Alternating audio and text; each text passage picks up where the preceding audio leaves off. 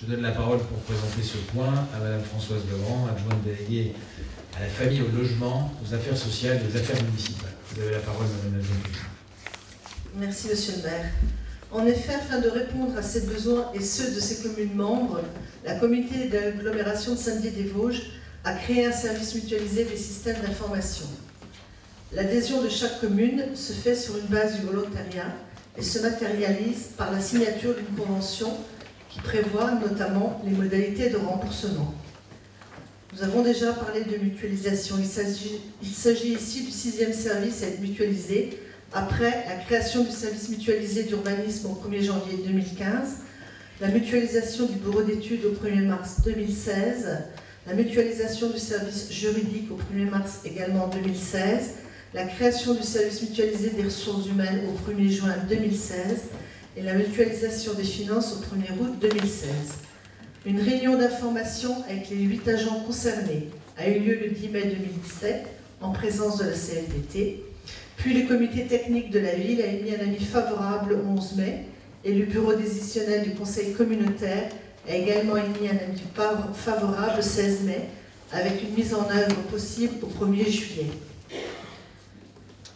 7 agents seront mutualisés, 6 de la ville de Saint-Dié-des-Vosges et un agent de la communauté d'agglomération de Saint-Dié-des-Vosges. Le 8e agent en contrat aidé ne peut pas rejoindre la communauté d'agglomération en cours de contrat. Il sera transféré en cas de renouvellement de son contrat en février 2018. Il est donc demandé au conseil municipal d'autoriser le maire ou son représentant à signer la convention d'adhésion à ce service mutualisé et autoriser la communauté d'agglomération de Saint-Dié-des-Vosges à impacter les attributions de compensation pour les remboursements. Merci Madame l'adjointe au maire. Pour que tout le monde comprenne bien, il s'agit... Alors, il faut bien faire la différence entre deux types de passage de salariés à la communauté d'agglomération. Vous avez les transferts simples qui sont impactés sur l'attribution de compensation, c'est-à-dire sur la somme que la communauté d'agglomération nous donne pour compenser le fait qu'elle soit seule désormais à percevoir les recettes qui sont perçues sur les entreprises. Et puis, vous avez des services mutualisés, c'est autre chose, qui sont également impactés sur l'attribution de compensation, mais ce sont des services qui sont mis à la disposition des communes. Et donc, l'employeur de ces salariés, c'est la communauté d'agglomération, mais en revanche, quand les communes demandent à être appuyées par ces services, elles payent leurs prestations. Aujourd'hui, par exemple, c'est un point qui n'est pas forcément connu par toutes les déodaciennes et tous les déodaciens, mais il n'y a plus, au sens propre, de service des ressources humaines de la ville de Saint-Dié-des-Vosges. Il n'y en a plus. Il n'y a plus de service financier de la ville de Saint-Dié-des-Vosges. Les services financiers sont ceux de l'agglomération, et quand la ville de Saint-Dié y a recours, elle paye les factures, ou alors on choisit, ce qu'on fait souvent, d'impacter l'attribution de compensation plutôt que de payer des factures directement. Donc, ce sont des services qui sont sollicités, mais peuvent être aussi sollicités par d'autres communes. Comme vous le savez, les maires des petites communes ont parfois besoin d'être épaulés dans la construction de leur budget. C'est vrai que le niveau de complexité administrative, y compris pour des petites communes, est allé croissant ces dernières années.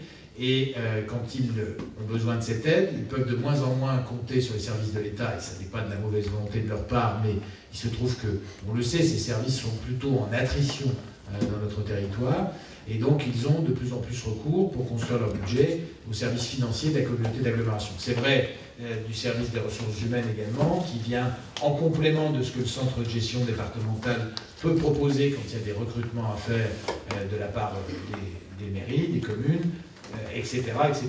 Et donc aujourd'hui, pour ce que nous vous proposons de mutualiser, ce sont les systèmes informatiques. On a dit d'information, parce que c'est vrai qu'aujourd'hui, le terme de système informatique et numérique est devenu assez réducteur, et qu'on parle plutôt de partage de l'information, de circulation de l'information. Mais la réalité, c'est ça, c'est que les services qui jusque-là s'occupaient seulement, plus un agent, de l'informatique de la ville de Saint-Dié-des-Vosges, passe à l'agglomération.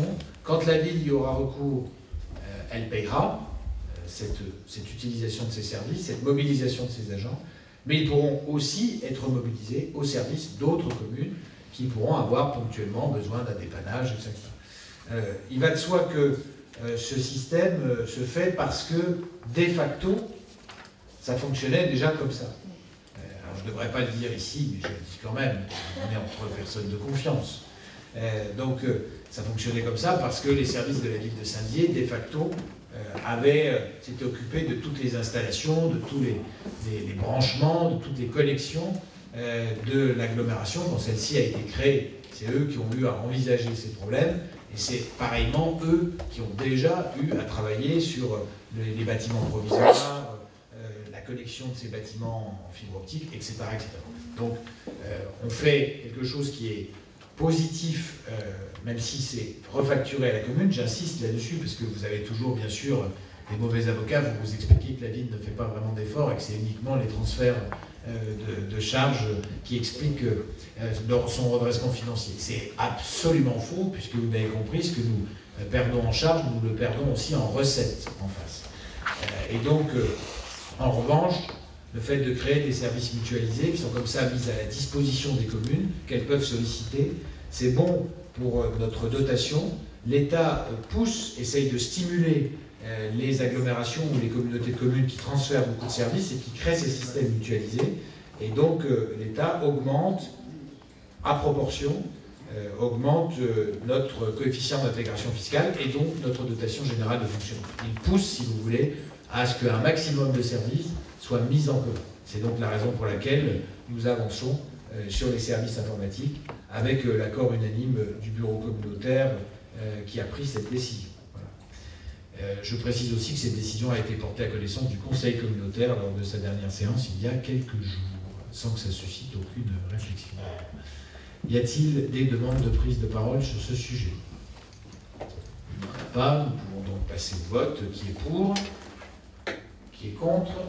Qui s'abstient? C'est adopté à l'unanimité.